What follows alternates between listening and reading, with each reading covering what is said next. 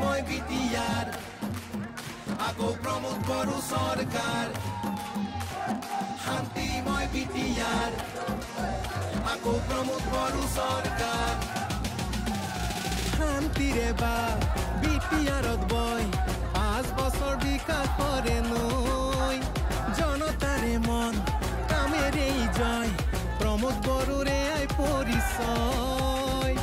নানা ভাষা ধৰ্ম আৰু বৰ্ণ মিলি অধিকাৰ ট্ৰেক্টৰে দিলে আনি আকৌ এবাৰ UPPL